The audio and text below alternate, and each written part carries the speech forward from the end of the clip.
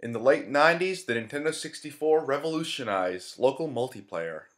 PlayStation had the ability to do two players, but you need an extension thing like this here.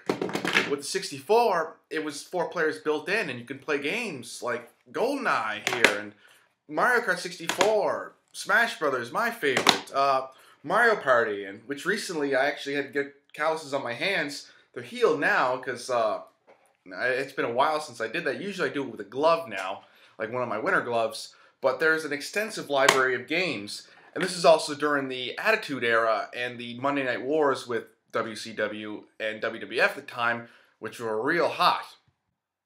The Monday Night Wars were in full swing. Even though as Canadian, I didn't really have to deal with the battle like people in the States did. Wrestling was the biggest it had been in years, and we got to benefit from the great wrestling games that THQ and AiG put out. For years, wrestling games were your typical button mashers. They were okay, and it was fun to hear some 16-bit entrance music, but in general, they weren't really any good. But then, during the WCW's hottest period, we got the THQ game WCW NWO World Tour.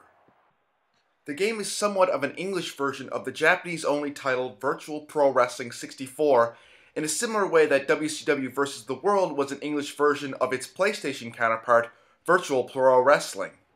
I talked about how the grappling style was introduced but not yet perfected in the PlayStation title. In World Tour, it was perfect. The controls are very basic, and instead of having to listen to Todd Pettengill tell me about how to do all the cool moves, the moves are easy to figure out by yourself. You use the control pad to move, which does help with how basic the controls are. A real-life example of how convenient the control pad was, my mom was really into the Legend of Zelda games. And this copy here of Legend of Zelda was originally from a local rental store that I had. And as you can see in the back there, and basically we rented it so much that we were just able to buy it off them because my mom rented, it was just constant all the time we were renting this game. And she likes playing this game from time to time here, and even Link's Awakening for the Super Game Boy on the Super Nintendo. However, she had trouble with the switch to 3D and the joysticks, so while she watched me and my siblings play Ocarina of Time, Wind Waker, etc., she never really played it herself. WCW NWO World Tour could be best described as basic in every way. The WCW roster is very small, especially considering how big the actual WCW roster was at the time. Just like its Virtual Pro Wrestling 64 counterpart, though, it does have an extensive roster of Japanese wrestlers, which, like the PlayStation game, have all been given new names. Guys like the Great Sasuke, Jinsei Shinzaki, Super Delphin, Grand Ninawa, Taka Michinoku, Junichiro Tenryu, Koji Kato, Tarzan Goto, Atsushi Onita, and even Hayabusa. There are no images of titles, no creator wrestler, no customization of wrestlers, and hell, there aren't even any entrances. The championship modes had the wrestler holding a trophy at the end of it. Each roster had its own mode where you can fight through the roster to become the best in that division. In the single player mode, you could unlock a couple of wrestlers, but it wasn't that extensive. The charm and fun of the game comes from the multiplayer mode, which can play up to 4 players. This is what hooked people to this game in future titles. The ability to play with friends was the best part of the game. I myself need to bring a couple of people over to the house here so we can play this game, as it's just a great party game even in 2015. The grappling system works like this. If you press A, you start a grapple. With a weak press, you can do a weaker move by pressing the directional buttons on either A or B at the same time, or just by pressing A and B by themselves. Pressing A does seem to have a lot weaker moves, but they can't really be reversed, unlike the B moves, which are a little stronger, but they can be reversed by pressing R at the right time.